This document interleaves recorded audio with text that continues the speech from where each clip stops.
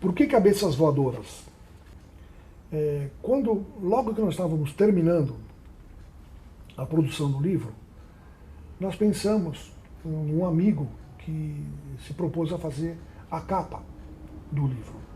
E tínhamos que dar algumas referências artísticas, algumas referências que estavam nos textos. Nós escrevemos um briefing. Esse briefing, inclusive, vai fazer parte do livro.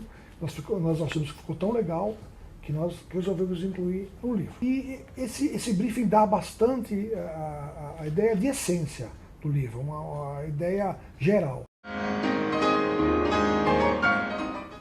A coisa é óbvia para quem não é óbvio. Cabeças, substantivo masculino no plural, designando aqueles que mandam. Chegamos perto, mas não é bem isso. Não condiz exatamente com o nosso caráter. Somos quase democráticos e preferimos aqueles que lideram. Mesmo assim, ainda não é isso. Podemos progredir para aqueles que são seguidos. Nada a ver com Twitter, Facebook, Instagram, nem com seitas macabras, que na verdade são a mesma coisa. Não queremos liderar nada, mas se quiserem nos seguir, mesmo que de perto, nada temos contra. Só não queremos que depois venham nos dizer: vocês os levaram para o buraco. Mesmo porque seria impossível, uma vez que não mandamos pelo chão. Somos voadores, entende? Não nos atemos a solos, porque somos pelo coletivo. Mais de um já é coletivo. Nem há egoísmos subterrâneos. Mas amamos falar dos subterráqueos. Pô. Também amamos a vida. E por isso voamos. Pô. Portanto, quem nos seguir, saiba que o tombo pode ser muito maior. Em compensação, a glória pode ser infinita.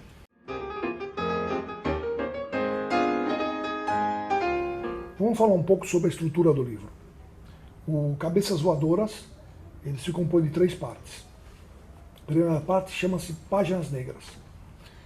E ele reúne, essa parte reúne contos de um livro, um pequeno livro de contos que nós publicamos em 1984.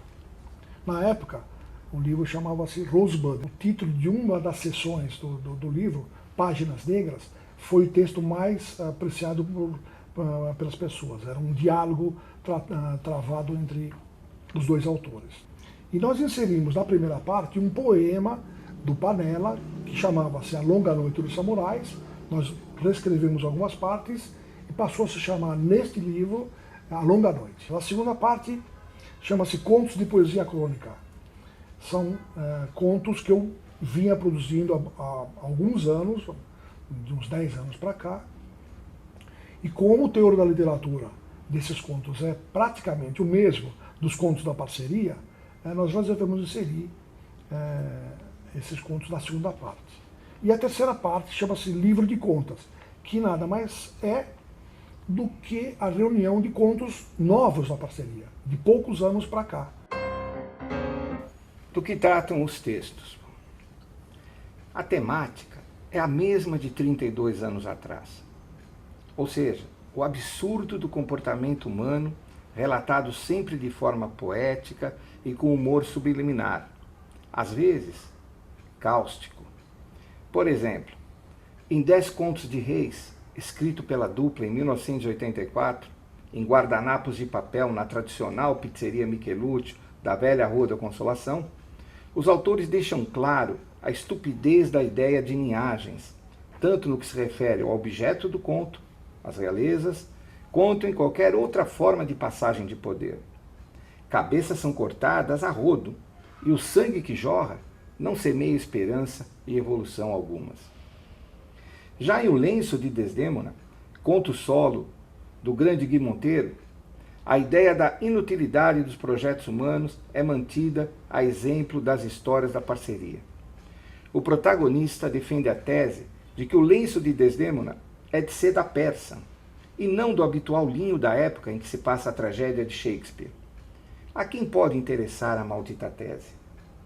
Já em O Anjo Exterminador, os autores faíscam a palavra como o trem e o trilho. O poema em prosa fala de uma garota que entra no metrô e provoca entre os passageiros ao mesmo tempo verdadeiro frisson e ilusórios julgamentos. Uma garota de programa, uma lolita caçadora fora de seu habitat natural? Uma coisa é certa, a visão daquele anjo, em forma humana, descido no metrô, extermina, por alguns minutos, as dores do homem comum que julga, para o bem e para o mal, o certo e errado do dia a dia que não se pode julgar. No máximo, ser contemplado.